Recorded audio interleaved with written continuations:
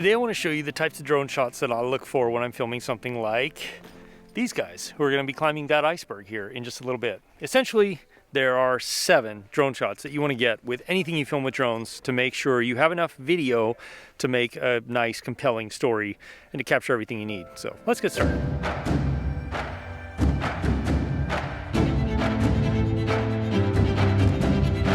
Hey, my name is Jake and I create content here to help solo creators on the go. So I do lots of drone camera lens reviews and tips and tutorials on how to use them. If that's something that interests you, consider subscribing.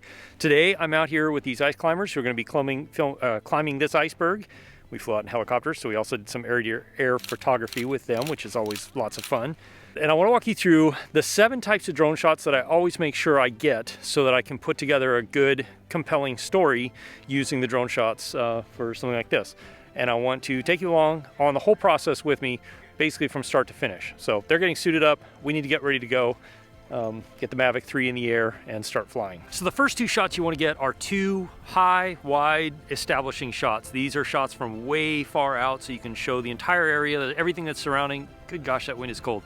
But you want to establish where you are and where your characters or your subjects are in that location. So we're going to get 2 really high and wide shots. And you also need to consider movement. Adding movement is always great. It's a little harder with the high and wide shots to get a lot of good movement, like you see where the drone and everything is moving around a lot, but you certainly can, especially if you use something like sport mode.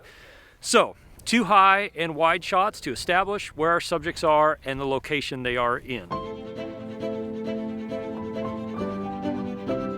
I think I got the shot I like here. So now I'm going to just do a nice orbit pretty fast because I want to show off a lot of the area. So I'm using as a reference point the people and the iceberg. Obviously me and the helicopter are in there too, but it gives us a nice parallax effect between the iceberg and the people in the foreground and the mountains in the background. Doing this at this speed is really nice in sport mode because you get a lot of speed, so you can show off a lot of area. I don't want to go much faster than this, but this definitely gives us a nice glimpse of everything we're around and everything we're seeing. And another nice high and wide, or another nice establishing shot, kind of a high and wide shot, is to fly somewhere and then do a nice slow tilt up as you're flying forward.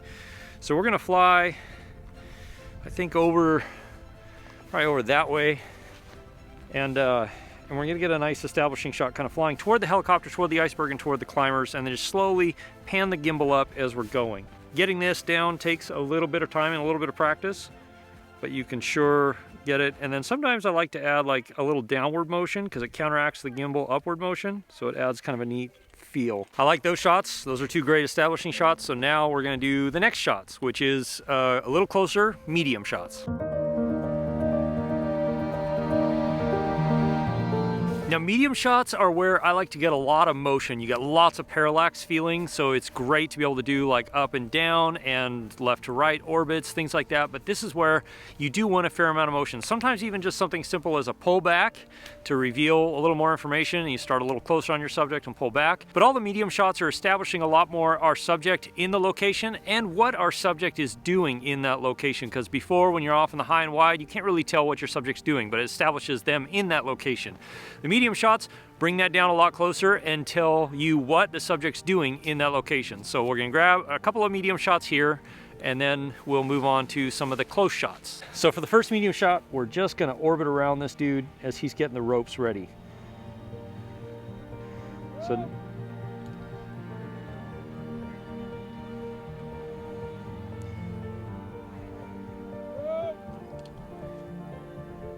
actually, I really like that. So now what I want to do is pull back a little bit. I'm going to get a little closer, and then I'm just going to pull back and descend slightly as I'm pulling back. So that, and actually I think I'll rotate a little bit as we do too. I really like that shot. And that's where I love motion with drones. You know, I don't ever want a static drone shot. You always want something with a lot of motion, a lot of movement in it, because it just adds a lot of interest and keeps people engaged.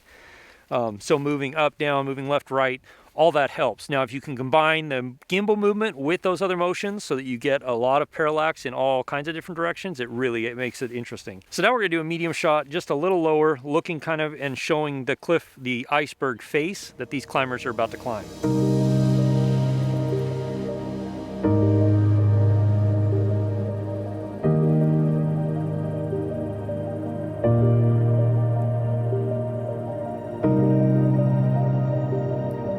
never underestimate the power of just nice, smooth, slow motion. You don't need to do fast, just a little bit of movement is always very, very nice.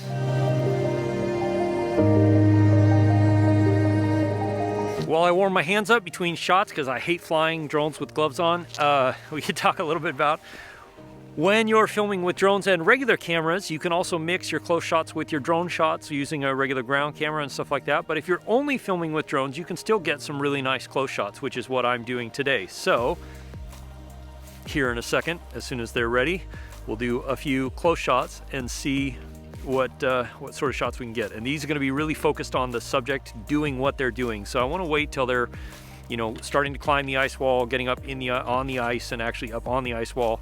And these, a lot of times, these kind of movements are like starting really, really close and then pulling back, or doing a really slow, super slow type movement up, down, or left, right. All right, now that they're roped in and ready, we're gonna get some close shots. And again, 2 close shots where you wanna be really close. Your subject takes up a lot of the frame and really shows off what they're doing in that location. This is where you do have to be careful because you're flying a drone. You don't wanna get too close and hurt anybody, but you can definitely get closer. And remember too, if you're filming in 4K or 5K, you can also crop in a little bit and still not lose any quality. So, all right, here we go.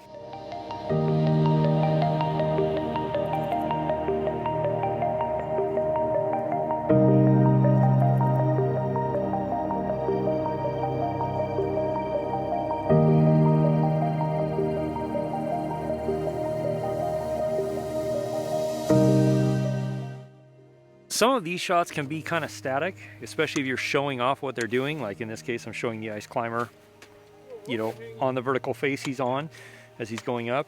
So don't be afraid to play around with them. But remember, you need to get at least 2 wide, 2 high and wide, 2 medium, and 2 close to be able to tell a complete story. So I'm gonna do a little orbit back around him now.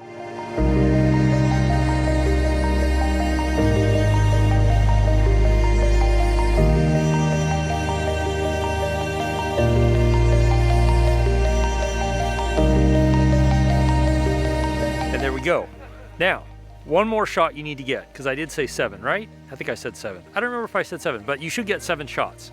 We'll talk about that in a second. I gotta warm my hands up again.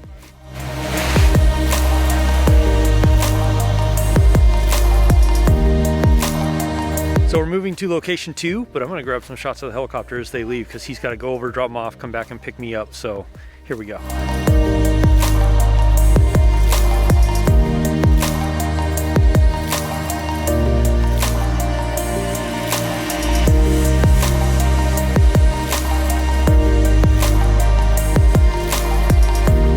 Here, location 2, spectacular ice cave behind me, which is amazing. But we're not climbing here, we're gonna climb outside. So yeah, I'm gonna set up the drone and get ready for location 2. But I mean, how epic is that? Just incredible.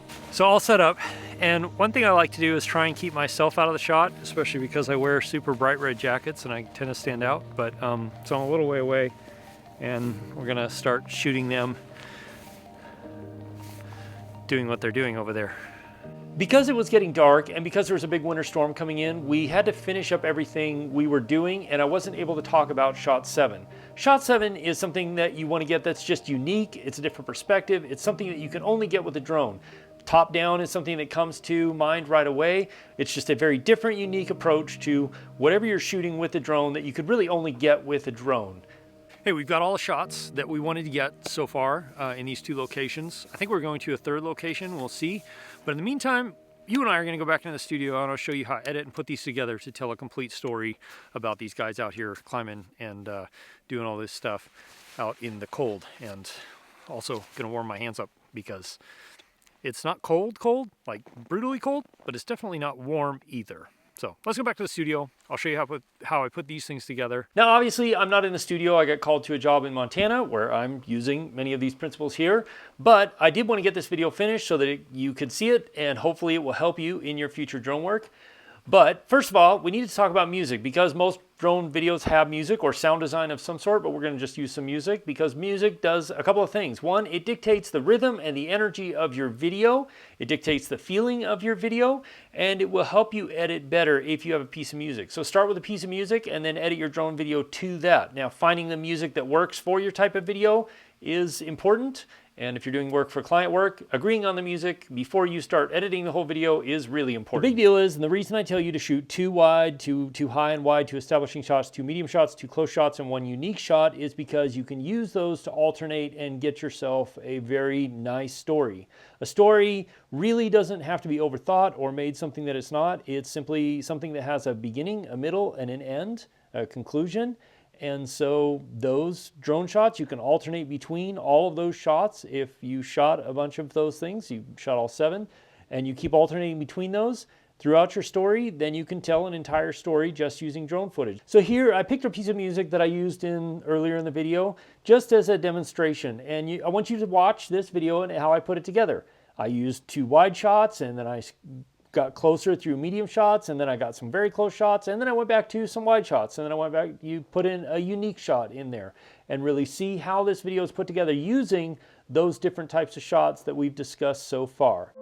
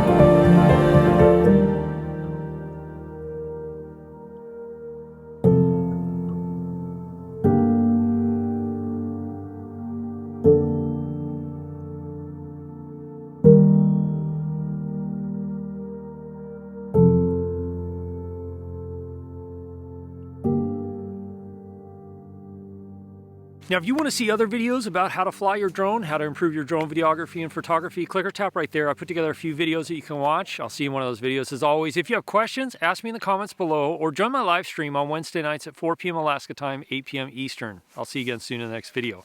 Cheers.